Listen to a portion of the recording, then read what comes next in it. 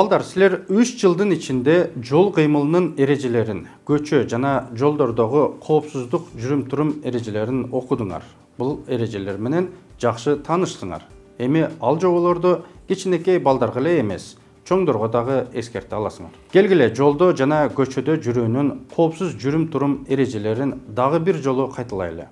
Жөө жүрүүчүлөр тротуарларда же жөө жүрүүчүлөргө арналган жолдордо гана басышы керек. Эгерде тротуар жок болсо, жүрүп келе жаткан транспорттун кыймылына каршы багытта уна жүрүүчү жолдун чети менен басуу керек. Жолду жол чырагы бар жерден же жөө жүргүнчүлөр үчүн сызыктардын үстүнөн гана кесип өтүү керек. Жол чырак же жөө жүргүнчүлөр үчүн сызыктар жок жерде жолду кыйгач эмес, түз кесип өтүү керек. Жолду кесип өтүү үчүн алгач солго кароо, ал эми жолдун ортосуна жеткенде оңго кароо керек.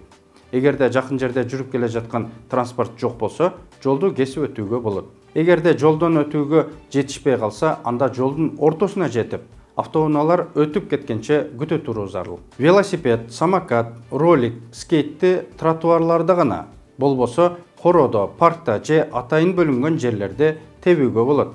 Жол чырактарын же жөө жүргүнчүлөр өтүүчү жолдун алдында велосипед, самокат, скейттен түшүп сүйрөп алуу керек. Жолдун боюнда тротуар же автоунаа жүрүүчү жолдо топ жана башка оюндарды ойнобоо керек. Жакын келе жаткан транспорттун алдында жолго чуркап чыгууга болбойт. Жалтырап күйгөн маяктары жана үн сигналдары иштеп келе жаткан автоунаалар жакындаган учурда жолдон өтүүгө болбойт. Мындай автоунааларды өткөрүп жиберүү керек.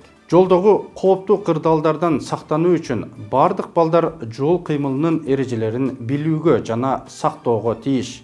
Мындан улам жол эрежелерин жатка билгиле, өзүңөргө сак болгула.